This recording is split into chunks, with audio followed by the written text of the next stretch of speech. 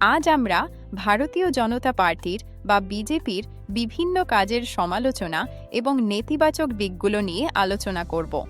প্রথমত, বিজেপির বিরুদ্ধে সবচেয়ে বড় অভিযোগ হল সাম্প্রদায়িকতা ও মেরুকরণের রাজনীতি, যা সামাজিক সম্প্রীতি নষ্ট করে বলে সমালোচকদের দাবি।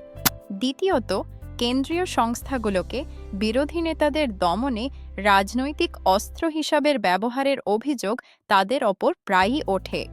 তৃতীয়ত, বেকারত্ব বৃদ্ধি এবং নিত্য প্রয়োজনীয় জিনিসের দাম বাড়ায় সাধারণ মানুষের ওপর আর্থিক চাপ সৃষ্টি হয়েছে বলে বিশেষজ্ঞরা মনে করেন। চতুর্থত, গণতান্ত্রিক প্রতিষ্ঠানের স্বাধীনতা এবং সংবাদ মাধ্যমের নিরপেক্ষতা নিয়ে প্রশ্ন তুলেছেন অনেকেই। পঞ্চমত, যুক্তরাষ্ট্রীয় কাঠামোয় আঘাত এবং রাজ্যগুলোর পাওনা টাকা আটকে রাখার মতো বিষয়গুলো নিয়ে সমালোচনা হয়।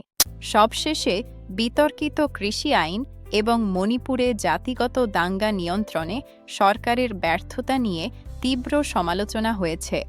রাজনীতিতে সব মুদ্রারই দুটি পিঠ থাকে। কেউ এই বিষয়গুলোকে কঠোর সমালোচনা করেন, আবার অনেকে দেশের শৃঙ্খলার জন্য প্রয়োজনীয় বলে মনে করেন।